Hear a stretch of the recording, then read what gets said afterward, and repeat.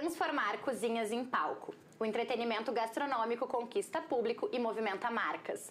Não se trata apenas de programas televisivos ou eventos. Essa área proporciona verdadeiras experiências imersivas. Tudo isso vira o quê? Conteúdo, claro. E hoje a gente vai saber como essa magia acontece. Não sai daí.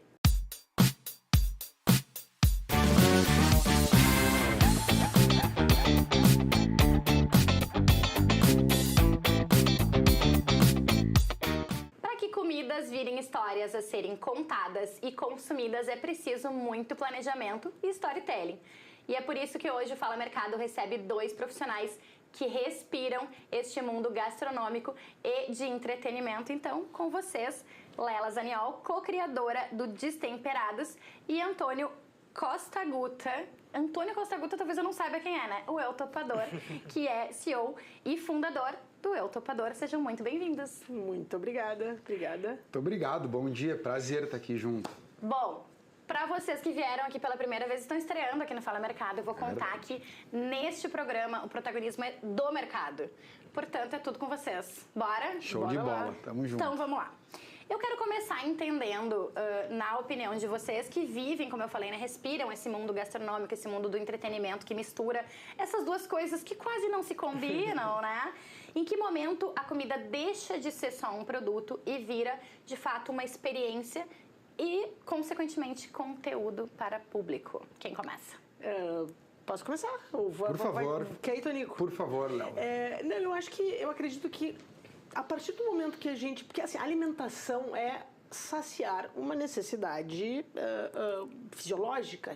A partir do momento que a comida deixa de ser só alimentação, ela passa a ser experiência cultural. Então, no momento que eu já me nutri, todo o resto que acontece é a experiência gastronômica, é entretenimento gastronômico, é atividade cultural, é atividade social. Então, as duas coisas estão sempre juntas, porque a gente tem acesso à comida, então tu bateu a fome, comeu aquilo que tu precisa, aquela tua ração, o que nos difere dos bichos até, é entretenimento, é gastronomia, é a relação social. Eu acredito que, então, tudo que acontece ao redor. 100% colaborando junto com a fala da Lela.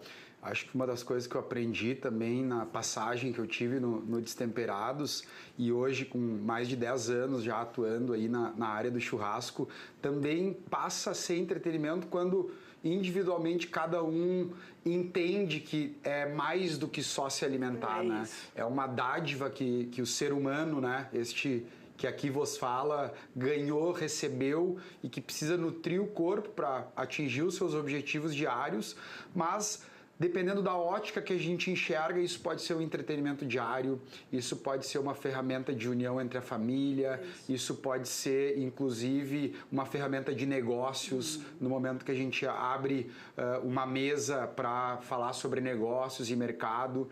Então, acredito que o viés está muito de quem enxerga essa ferramenta como uma possibilidade de não só comer e se alimentar, mas também de usar ela para ser feliz, para se conectar. Muitas vezes até uma comida feita para os nossos pets pode ser uma forma de entretenimento e de relação entre as partes. Tem uma frase que eu gosto muito, um meme, né, que diz que Jesus não juntou os apóstolos para fazer uma reunião, né? Não. Ele juntou em volta de uma mesa para fazer uma ceia, né? Exatamente. E quando a gente fala de comida, a gente também fala de afetos, a gente fala de memórias, a gente fala de convivência, a gente está falando de seres humanos, né? Sem dúvida. Ferran Adrià disse que a gastronomia é a maior rede social que existe. Maravilhoso. E é ao redor da mesa que as grandes histórias acontecem. Como o Antônio falou, negócios acontecem em torno da mesa. E eu gosto sempre de usar o exemplo que para tantas coisas boas que acontecem em torno da mesa, também coisas ruins. É onde a família se une, é onde a gente bate as contas do mês, é onde a gente abre aquele exame que está apreensivo para saber se deu certo, se não deu, como é que está a saúde. É ali que às vezes até os problemas acontecem, mas que a união permanece. Então a comida ela é um elemento daquilo, como a gente falou antes, mas a troca e sem as pessoas, sem aqueles que a gente ama, sejam quem for, a mesa, eu acho que é esse símbolo, o fogo é esse símbolo, e né? vale lembrar, né, Lela, mais uma camada dentro da fala da Lela, né? Que antes da mesa o fogo, fazia esse papel da mesa, né? Porque a sociedade começa a se reunir e a se transformar em uma sociedade ou em uma comunidade no momento que ela entende que aquele fogo vai evoluir, vai transformar os seus alimentos, possibilitando que a gente faça uma digestão mais rápida, né? Desenvolvendo o cérebro, aumentando o cérebro, né? Então, é muito legal a gente poder também desconstruir toda a história, né? Ir lá para os primórdios e entender que as pessoas começaram a se juntar, esse senso coletivo, né, em volta do fogo. E acho que sempre eu gosto de comentar muito isso, que para mim a gastronomia, independentemente do fogo, mas a comida, ela é quase que um dos grandes pilares de esperança para o futuro, né? Porque tá aí as telas, tá aí o celular, e acho que a mesa tem 2 momentos, ao menos, que a gente pode reservar no nosso dia a dia para se conectar, né? Não com a família por si só, mas eu posso estar no meu meio-dia trabalhando com os colegas e estar ali, presente naquele ato, né? Então, eu acredito que seja uma ferramenta de esperança também para a gente voltar a ser mais humano. Né? Ainda que hoje a gente infelizmente ainda veja muita gente ir com telas para a mesa, né? Na minha casa a gente tem essa regra, assim, né? Não é proibido, meu filho não... Assim, não é só não levar celular, não levar telas, a TV é desligada. Esse é o momento, e tem muito da criação, assim, né? A gente brinca muito, assim, toda a minha época de adolescente, por exemplo, eu lembro muito, assim, que aquela coisa de adolescente começa em festa, começa a chegar tarde em casa, e aí quer dormir até... Os meus pais sempre, assim, quer passar o dia dormindo? Ok, levanta, vem comer e volta a dormir. Mas tu vai sentar na mesa com a gente. Que a mesa é muito simbólico, né? Muito simbólico. Até esse gancho, tu falou, Antônio, do fogo, né? É sinestésico também, porque o fogo aquece. O cheiro da comida no fogo. Nossa! Né? O cheiro da brasa, mesmo sem a comida, sem a gordura pingando ali, a brasa, o cheiro da lenha, aquilo tudo é o mesmo fogo que aquece, ele cozinha. Então, a fogueira ali era a primeira cozinha, de fato, né? Total, de fato, ancestral. Agora, trazendo um pouco, então, toda essa experiência que todo esse lúdico que a comida traz, que a mesa traz para nós, para o profissional, né? Vocês tornaram, então, toda essa questão, todo esse contexto que a gente trouxe da gastronomia para ser o negócio de vocês. Vocês vivem disso. Como é que é quando a gente traz a comida para o entretenimento, para o conteúdo? Como é que são definidas essas pautas, esses entrevistados, esses convidados, com quem vocês vão trocar, para quem vocês vão cozinhar, quem vai cozinhar para vocês? Da onde vêm essas ideias? Vem da comida que vocês querem fazer, ou vem da pessoa que vocês querem ouvir, ou vem de uma marca que está ali patrocinando aquele episódio, enfim, já que vocês atuam em diferentes frentes, né? Não apenas em TV, aberta ou não, mas tem eventos, vocês têm os canais digitais. Da onde surgem essas pautas? Por favor. Então, no Topador a gente tem, como tu disse, diversos canais, né, diversas iniciativas. Tem a TV, tem o YouTube, tem alguns projetos incentivados, tem o Instagram. E o meu processo criativo foi sendo construído ao longo dos anos, mas eu acredito que cada plataforma tem um certo conceito e uma certa mensagem a ser passada para aquela comunidade, né? Então, vou usar o exemplo da TV especificamente, né? Eu na TV, o meu processo é muito quem é o convidado. A partir do convidado, eu desenvolvo um prato entendendo um pouco as características do convidado, faço uma certa pesquisa e faço de tudo para o storytelling que a gente tanto fala, né? Ser do prato muito parecido com o da pessoa, né? Vou dar o exemplo da rainha lá, da Alice Bastos Neves, né? Eu fiz a rainha do churrasco, que era picanha, né? E aí já transformei isso para enaltecer o convidado. Então, eu acho que isso é muito importante, porque cozinhar é servir os outros, né? No momento que eu entendo que a gastronomia cumpre esse papel também de ter uma entrega técnica e junto de conhecimento, eu preciso entender com quem eu estou falando, né? Então, uma coisa é eu falar no TikTok com um público mais jovem, mais teenager, assim, onde eu vou trazer também sempre a questão cultural e do bioma pampa, porque eu de novo, né, eu fui entendendo que independentemente de qual gastronomia tu exerça, há de ter um propósito, né? E esse propósito nosso é cada vez mais valorizar o bioma pampa, fazer com que as pessoas evitem desperdício. Isso é uma questão que a gente aborda quase que corriqueiramente, né? E aí eu acho que há uma necessidade também de nós falarmos e repetirmos isso para não virar um dia a dia e a gente olhar para esse alimento como se fosse um alimento que dá na prateleira e a gente nem sabe de onde vem, né? Então o animal, o bovino, que ajudou a construir a identidade desse gaúcho aqui, dessa região toda, ele cumpre muito mais funções do que só a carne, né? Então isso eu acho muito importante a gente ter esse propósito. Então, basicamente é isso, entender para quem eu vou falar, o público que eu vou falar, né? Entender que tem que ter um propósito, então ele vai ser ou um conhecimento técnico, ou um conhecimento cultural, ou uma curiosidade, ou algum gargalo que as pessoas tenham dificuldade de passar em casa e de fazer, né? E assim a gente vai construindo uma comunidade, né? Vai entregando um pouco de valor para essas pessoas que estão nos seguindo, né? É relativamente parecido, eu acho, os processos. A gente, em Destemperados, tem essa frente de receitas, né, de bate-papo e tal, mas também tem essa parte toda dos restaurantes, que é a origem do Destemperados. Destemperados nasce há 20 anos, 19, quase 20 anos atrás, com o objetivo de dar luz, botar a gastronomia no palco, né, de mostrar o trabalho dessas pessoas que perseveram através de uma coisa que é tão importante. E os nossos conteúdos, assim como o Antônio muito bem falou, eles também são multiplataforma. Por isso a gente tem que ter uma linguagem para cada uma delas, um timing para cada uma delas. Mas no frigir dos ovos, com o perdão do trocadilho barato, a gente que quer... cabe muito bem essa pauta. A gente quer criar repertório, dar repertório. Legal. Eu gosto muito, e na vida, porque eu acho que o trabalho, a vida, a gente se mistura muito, né? A gente... É uma coisa só. Então... acho que a maior dificuldade, o serviço mesmo, é o repertório.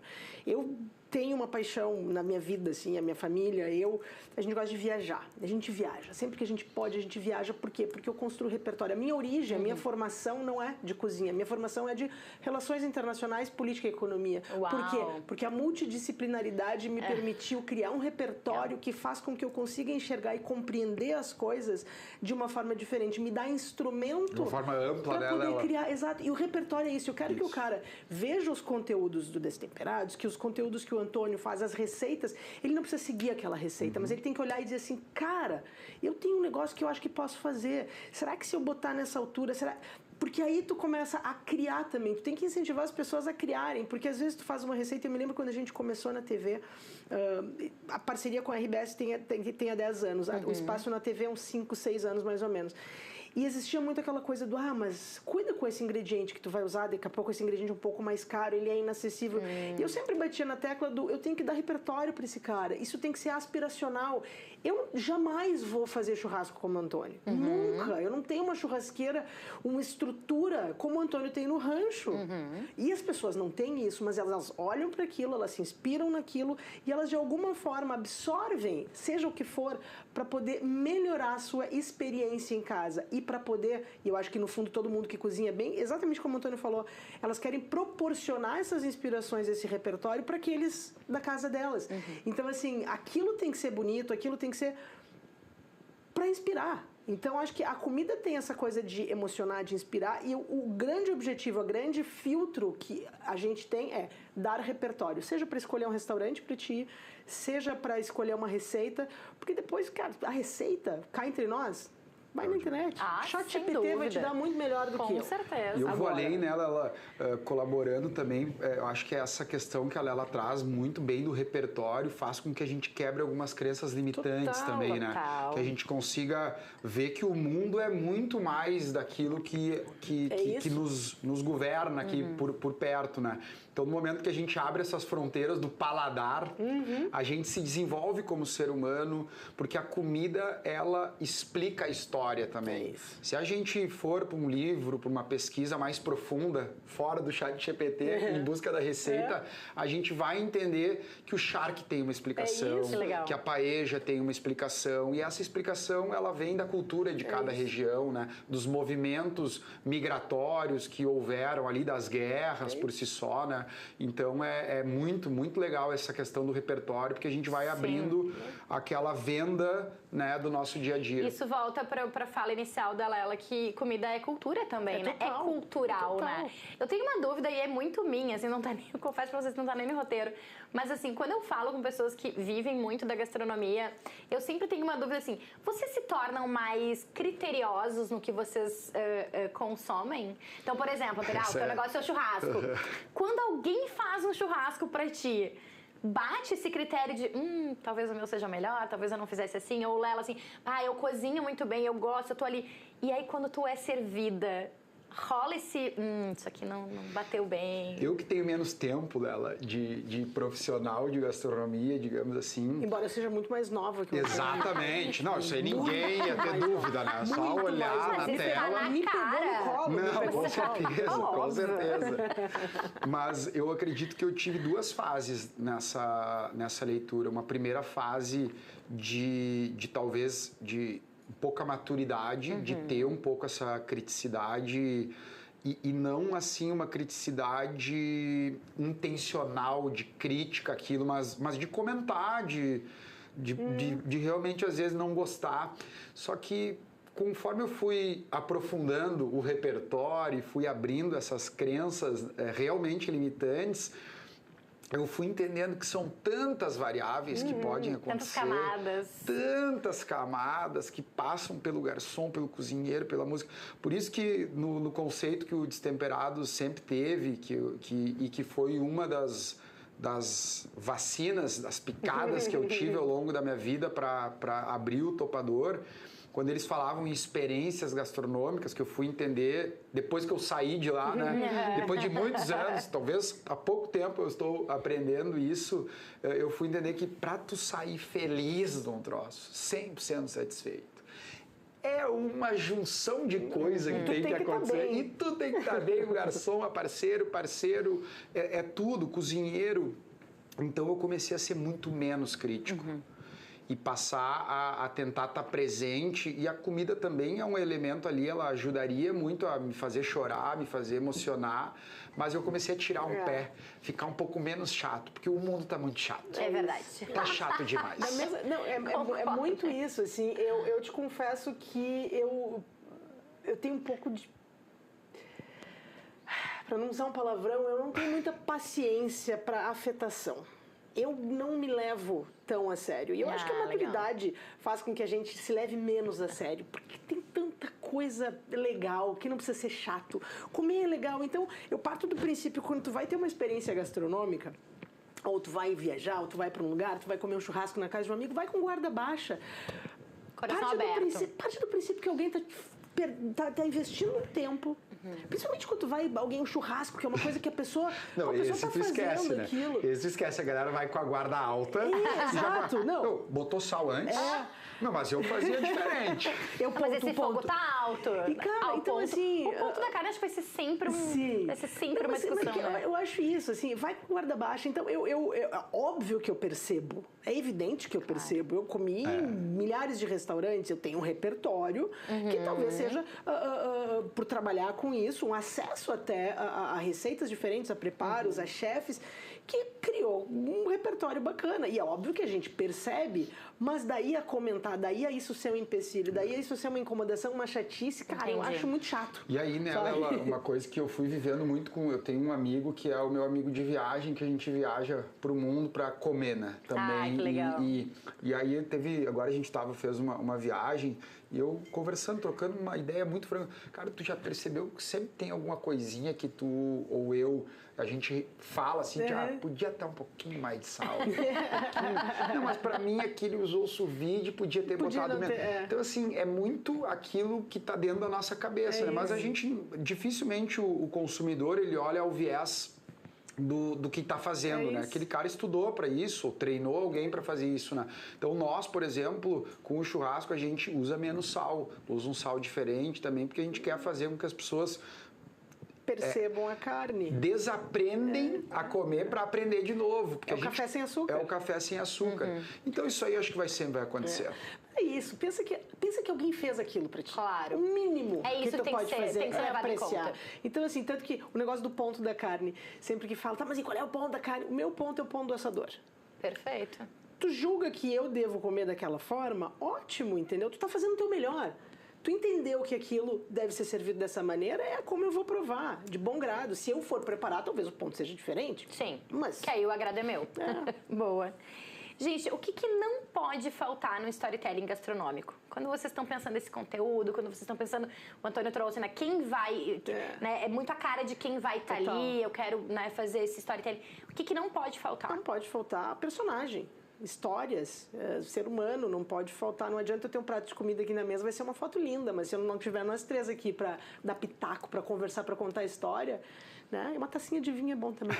Mas... Combina com tudo, eu diria, né? Mas é isso, eu acho que tem que ter boas histórias, né, para o storytelling, boas histórias, atenção, né? Boas histórias e bons ouvidos também. Uma escuta ativa, uma escuta verdadeira. Eu acredito que o mercado de comunicação, houve uma mudança radical na forma de consumir os conteúdos, as plataformas digitais vieram com muita força, o storytelling, essa tão palavra falada assim, né, virou algo quase que de múltiplas definições. E eu acredito que a partir de agora, desse 2026, o que eu tenho visto no mercado também é algo que a gente também acredita, desde a abertura da marca, é essência. Eu acho que... E aí vai cascatear nas pessoas, nas histórias, né? Mas eu percebo, tanto nas minhas criações, nas pessoas nas quais a gente entrevista, dá para sentir quando tem essência. E muitas vezes ela é a que vai dar mais resultado. Até porque eu acho que as pessoas estão carentes de essência, né? Estão saturadas de conteúdo que são feitos só por fazer. Então, essência parte daquilo, das pessoas que têm lugar de fala e daquelas pessoas que vão ter realmente uma história e tem história, só precisa procurar bem. É isso. Não, tem que estar falando, a essência é falar a verdade, né, Antônio? Exatamente. É muito fake, às vezes as pessoas fazem pelo número. Eu sei que vai dar uma polêmica, eu vou fazer pelo número. Cara, se não for relevante, se não for de verdade, perece, né? E a gente já está vendo essa realidade no mercado, né? O mercado de influencers teve um boom. Exato. Né? Ele deu uma estagnada, já tem dados que mostram que ele declinou e a nova realidade é as marcas estarem conectadas com pessoas que têm lugar de fala, essência, uma comunidade, entregam algo de valor para o mercado. Darwin já diria, né? Seleção natural. É isso. Ou como diz uma amiga minha, limpa, limpa. É naturalmente limpa. Gente, em que ponto tem essa virada, né? O Antônio trouxe, olha, tá diferente, né? O consumo tá diferente, a experiência tá diferente. Em que momento essa experiência gastronômica ela vira conteúdo relevante e não só uma publicidade ou não só um conteúdo superficial ou não só porque vai dar clique ou engajamento? Em que momento ela de fato vira um conteúdo relevante? Eu acho que é isso, tendo essa essência, tendo a periodicidade, ela nasce sempre editorial. Eu acho que as marcas querem se associar com aquilo e não porque a marca quer que nós usemos o tom da marca. A marca quer se apropriar, quer se conectar conosco. Ela quer se conectar com a forma que nós nos comunicamos com a nossa comunidade. Então, é muito de constância, eu acho, sabe? Essa relevância, ela vem com a constância, com a credibilidade, com o poder de uma marca bem construída. Então, eu acho que é a relevância, sabe? É constância e relevância que faz com que o conteúdo editorial se torne atraente para que uma marca queira se conectar com aquilo. Ele não vai ser diferente porque é para uma marca, ele não pode ser diferente, porque imagina que a gente faz aquele conteúdo ali, com aquela verdade, com aquelas características, daqui a pouco chega uma marca e tu vai ter que falar diferente por ela, não dá. Então, ela quer se conectar justamente porque tu tem algo coerente ali apresentando. Então, eu não vejo muito quando que deixa de acontecer. Eu acho que a gente está falando pelos propósitos que a gente fala e, eventualmente, as marcas querem se conectar. Eu penso que tem muito sobre a forma de contar também, né? Porque o profissional que vai escrever ou que vai trabalhar com o design desse post faz toda a diferença também, né? Então, a lente daquele que está buscando contar a história tem que ser uma lente muito profunda e uma lente que também consiga conversar na mesma linguagem daquelas pessoas que vão receber na comunidade. Mas eu vejo muito, porque no mercado, principalmente da Lela, de pessoas que vão em restaurante, muitas vezes, cresceu muitos influenciadores que vocês se conectam, né? Eu vejo nitidamente alguns que vão e estouram pelo jeito de contar, que vai passar pela essência e pela verdade, então deixa de ser um editorial por si só e passa a ser quase como uma experiência audiovisual, né? E alguns que vão no mesmo restaurante, pegam os mesmos pratos e contam de uma outra forma e ele dá uma flopada, né? Então acho que isso vai muito ao encontro desse profissional que constrói essa forma de contar, que nada mais é do que o storytelling que a gente tanto fala, né? Eu quero saber agora, vamos contar para as pessoas o que elas não veem, tá? Agora eu quero saber pérolas, curiosidades, bastidores, que é o seguinte, vamos começar sabendo o que não deu certo já.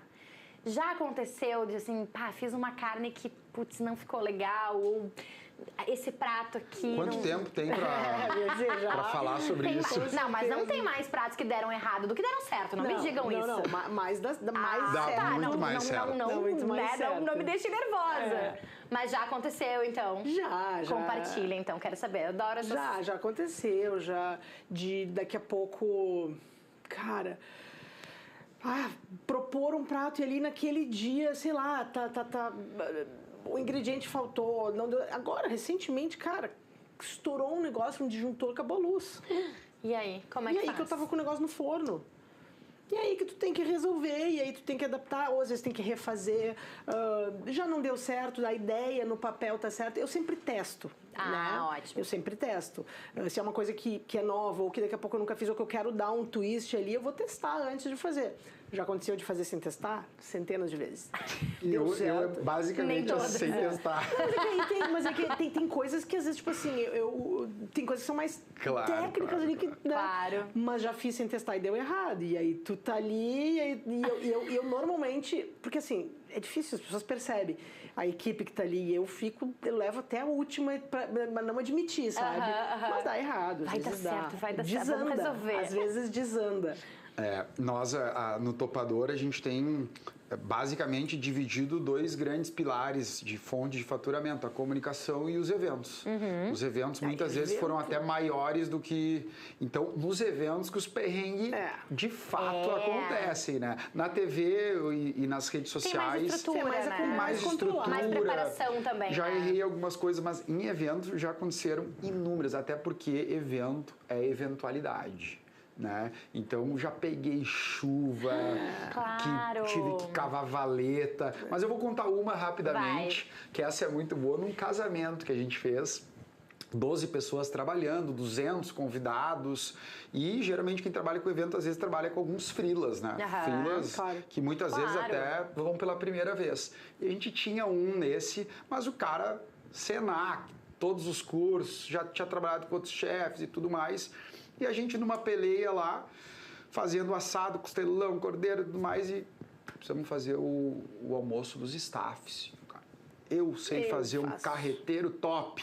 Putz, mas quando o cara levanta assim, de prima, tá contigo, guerreiro, missão tua, vai lá. Aí chega a produtora do casamento, o Antônio, vem cá, eu combinei contigo um almoço para os staff, não um cimento. Vai lá olhar o que tá aquele carreteiro. Quando eu olhei, tava o mesmo parceiro virando a panela e caindo aquele bloco de arroz branco com o carreteiro. Eu falei, socorro! Daí fui lá eu picar de novo cebola, alho, pimentão e refazer aquele carreteiro. Então acontece como essa. Na verdade, evento é uma sucessão de acontecimentos que quem organiza faz de tudo para que não dê errado. Porque evento ele é feito para dar errado. Ele é feito pra dar errado. O evento é pra dar errado, entendeu? Tu parte do princípio que vai dar errado e tu controla pra dar menos errado. Redução de danos. É isso, gestão de dano. Evento é isso. Pra alimentar 200 pessoas. Não vai dar certo. Só com fogo natural, sem nenhum fogão. Meu Deus, gente, certo, só na brasa ali, só no carvão. É feito pra dar errado. E eu queria saber também o seguinte, quando vocês pensam esse storytelling que a gente fala tanto, o que tá no roteiro e o que é espontâneo? Porque quando a gente está em volta da comida, a gente vem falando desse contexto, né? A gente está ali, a gente está contando história, a gente está criando memórias, desbloqueando memórias, né? E criando outras, enfim. O que é espontâneo? Ou tem coisas que não, a brincadeira tá no roteiro, a lembrança tá no roteiro, aquele... Enfim, o que sai do roteiro? O roteiro, ele eu fui entendendo muito a importância do roteiro nos últimos anos, né? Porque, enfim, os primeiros anos de empresa, essa questão intuitiva, inclusive, é necessária, né? Até para que a gente possa, em algum momento, entender, bom, qual é o meu propósito, quais são as minhas editorias, quais são os meus conceitos daqui para frente, é isso. Mas no início existe uma construção de marca, de imagem, de oratória, de tudo, né? E eu acredito que no segundo momento, quando o roteiro entra, ele é um fio condutor para tu não esquecer do básico, né? Mas acho que vai muito da habilidade também do entrevistador em conseguir transformar essas perguntas em quase que um caça-histórias, assim. Então eu vejo muito lá na RBS, no nosso Tempo Bueno, que inclusive sábado às 3 horas, às 13h45, em média a gente está sempre lá. A gente tem o nosso roteiro, mas eu sempre olho as perguntas junto com a produtora e digo, bom, essa aqui vai ser a que vai ser... que eu vou transformar ela para ser algo mais espontâneo. E aí, geralmente, eu toco no pessoal da pessoa que está ali, que geralmente é um famoso, alguém conhecido, né? E aí eu tento arrancar. E a partir daí, eu acho que o mais desafiador é o cameraman não cortar por algum ruído, por alguma coisa, porque a gente geralmente está gravando a céu aberto. Porque a espontaneidade, para mim, está na fluidez da captação. No momento que é muito quadrado, corta isso, corta aquilo. E com comida nem dá pra ser nem assim, dá, né? Porque exato. tem o processo ali que tá acontecendo, além do bate-papo, além de todas as coisas. E é muito isso, o roteiro ele é uma marcação, né? Coisa que tu não pode deixar de fazer. Tu tem que entregar ali os quadros, o serviço que tu tá fazendo. E a espontaneidade são as reações, são as respostas que tu tem. No meu caso, que não tenho entrevistados ali naquele momento, a gente divide entre eu e o Diogo o nosso espaço dentro do Baita Sábado, que é, não sei a hora, mas é antes do Tempo Bueno ali, é Baita Sábado e logo em seguida Tempo Bueno. E o Diogo tá na rua e ele sim tá entrevistando as pessoas, ele tá dentro dos restaurantes, então aí sim tu tem um roteiro com as perguntas e tal, e eu tô fazendo a receita, então ali eu tô sozinha conversando com a câmera. Né? Às vezes eu chamo alguém aqui para interagir, mas é a espontaneidade.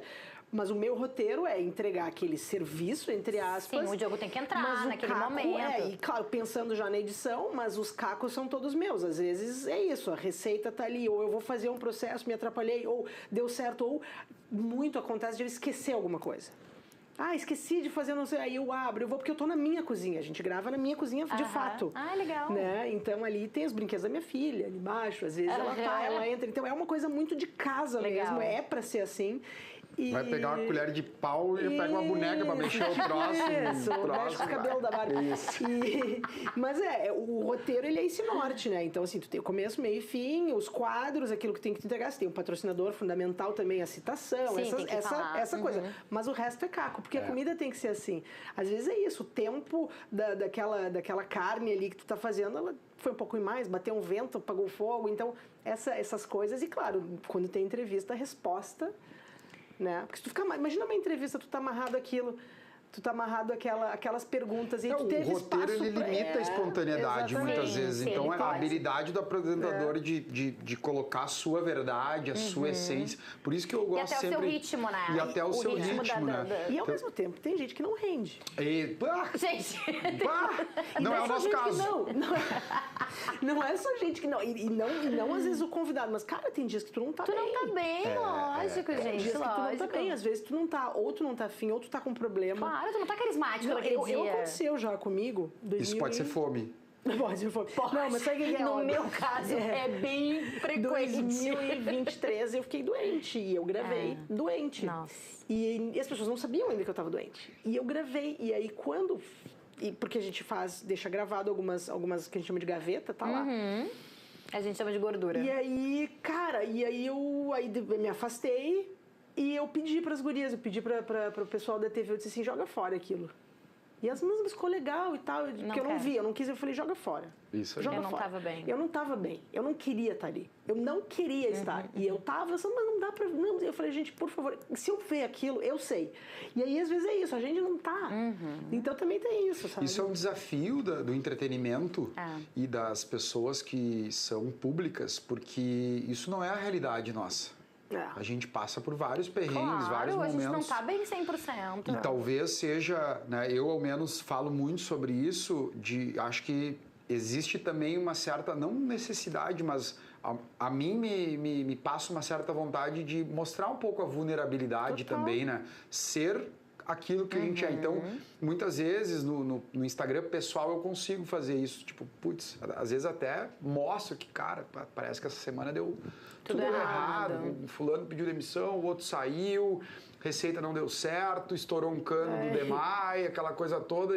E é isso, a vida é essa. A vida não é só as borboletas voando, né? Claro. Não é só o corte. Não, e eu acho que passou o tempo, especialmente porque vocês, como a gente falou, né? Vocês têm outros canais de comunicação com seus públicos, né?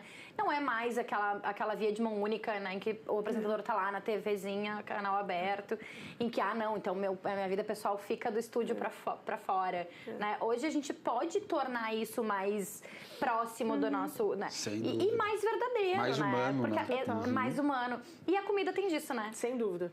Tem essa leveza. Dificilmente as pessoas vão pra mesa carrancudas, né? A gente vai lá até nem vai bem. Porra, a gente vai... Desculpa, gente. Assim, a gente vai lá pra saciar uma necessidade fisiológica e também a coisa do prazer, da companhia, do paladar, enfim. Tem até aquele meme que diz assim, eu acho tão chique quem fica aborrecido e perde a fome. Eu como... Gente, até o reboco das paredes. Eu brinco, inclusive... Eu peço uma caixa de sushi desse tamanho, 200 peças. Eu digo o seguinte, que quando eu engravidei, no meu último trimestre de gravidez foi quando estourou a pandemia. E exatamente essa frase que eu uso. Eu comi até o reboco das paredes. Sim. Essa coisa de, eu tô ansiosa, daí, meu estômago embrulha. É muito chique. É chique. Mas eu quero comer a porta da geladeira, entendeu? Vai até o osso da costela. Tudo. Vai tudo. Gente, pra finalizar, tem uma pergunta que não quero calar, que eu acho que todo mundo tem a mesma curiosidade que nós aqui, que a produção também teve, que é... Ok, o programa aconteceu, o churrasco aconteceu, a conversa foi boa, a gravação foi ótima. O que faz com a comida? Não sobra nem um farelo. Quem come a comida? Quem se beneficia desse ambiente gastronômico? A equipe destrói tudo. A gente prova ali rapidamente. Eu, eu não sei se tu consegue comer ali. Eu não consigo. Eu como muito pouco, assim. Tenho eu provo. conseguido. Eu provo, mas eu não consigo. Não, cozinhar sim, mas ali na gravação, eu já tô com a cabeça na outra coisa que eu tenho que fazer. Eu provo, eu gostei, tá legal e tal, mas eu não vou além daquilo. Mas a equipe come. Eu levo a marmita, até queria pedir pro pessoal que tá me devendo os potinhos de plástico, por favor. Pessoal, né? Tupperware. Por favor. Devolve o Tupperware. Devolve tipo a mãe, assim, cadê meus potes? Mas ela virou essa pessoa. Eu sou essa pessoa. A comida não tem problema, leva teu pote. Entendi. Então quem for, por favor. Pode bater lá em casa, vou dar o endereço depois aqui, vocês perguntam. Só leva o teu potinho e tudo. Eu, nos últimos 5 anos, gravando dentro de um contexto de programa, eu acabei sentando com o convidado. E isso foi uma mudança na minha vida, porque eu passei a comer o que eu faço, né? Que eu era um pouco parecido com a Lela. Antigamente, gravava as coisas, a galera comia e eu saía, né? Agora, com esse processo no programa de TV, eu acabo comendo. Mas, na verdade, nas outras tantas captações, quem come é as pessoas que mais merecem. E já mando um abraço afetuoso a toda a equipe do Topador, porque para fazer um Reels, para fazer um programa, para fazer um vídeo de YouTube, tem no mínimo umas 8 pessoas atrás das câmeras, né? Segurando o gimbal, mexendo parrilla, limpando grelha, leva tábua, traz alumínio, troca o sal. Então essas pessoas merecem provar aquilo que está sendo feito. E vamos combinar que não sobra nem aquela aguinha na tábua, que vem um pão, dá uma pochada, que a Lela adora fazer também. Farela escarpeta ali, Isso aí, e lanha, né? Mas realmente, graças a Deus, não sobra nada. E eu acho que isso também é a grande retribuição que qualquer cozinheiro tem. É verdade. É ver as pessoas comendo, é ver aquela tábua vazia. Esse animal não veio em vão para cá, veio para nos nos servir os próprios legumes, a gente usou a terra, a gente come o legume até o talo, e o que a gente não for comer a gente guarda, faz uma compostagem. Então acho que isso é a maior retribuição que a gente tem. A gente sempre fala, o meu pai é um cara que gosta muito de assar churrascos. E ele sempre diz, quando tem alguém que come, assim... Dá gosto. A frase dele sempre é, a fulana ou fulano é a alegria do assador. É isso. O meu avô tinha um garfo de ferro desse tamanho, que tá lá no rancho, com 3 pontas, e os almoços em Livramento era uma mesa de 25 pessoas, família grande, e aí ele ficava na cabeceira olhando todo mundo. Com o garfo. O cara que comia mais, ou a mulher que comia mais, ele no final, quando todo mundo tava satisfeito, todo mundo dobrou os talheres, ele pegava o garfo. Parabéns, hoje o garfo é teu. Ganhou o garfo, o garfo é teu. Tipo a faixa Isso, de alegria a faixa do campeão, exatamente. Que máximo, que máximo. Isso é muito legal, né? Quando alguém aprecia. Meu maior elogio, assim, claro, adoro quando cozinhar pra todo mundo, mas quando a minha filha prova. Ai. Que criança de 5 anos, às vezes fica um pouquinho mais. E ela recentemente deu um estalo, assim, ela provava tudo quando era pequenininha, passou aquela fase dos 2, 3 anos que... não pode encostar. E agora, com 5, deu uma desbloqueada e ela tá provando de novo. E aquilo pra mim é... Quantos anos ela tá, Lena? Tá com 5. Eu tenho esperança, E então. isso é... Não, que o meu tá deu uma nessa desbloqueada. fase. Agora a gente viajou e aí eu vi ela comendo umas coisas, ela provou e disse, cara, que bom. Porque provar, né? É impressionante, porque o meu filho, estamos exatamente nessa fase, assim, de que ele não prova, ele tem medo de provar a comida. E eu não sou uma pessoa muito dada a talentos gastronômicos, assim, né? Eu sou boa de garfo, mas não muito de cozinha. Mas ok, faço, claro, enfim, né? Acho que toda mãe tem que fazer, né? Não temos outra opção. E aí, esses dias exatamente, na mesa, assim, fiz um almoço que ele pediu e tal. E ele comendo, e ele disse assim, mamãe, hoje você caprichou. Que demais, isso era pronto. Eu falei, gente, eu me senti a verdadeira gastrônoma ali, a verdadeira chefe de Michelin. cozinha. Mas olha, pode botar 5 estrelas Mas aqui na sabe minha que conta. a minha mãe não é uma excelente cozinheira. Sempre cozinhou e tal, mas na minha cabeça, na minha memória, o melhor feijão do mundo é o dela. A tua mãe é uma excelente cozinheira. Eu já não posso falar a mesma coisa. Minha mãe é uma cozinheira. Tua mãe e De mão cheia. eu hoje percebo que as minhas referências também, né? Vocês agora têm filhos pequenos, né?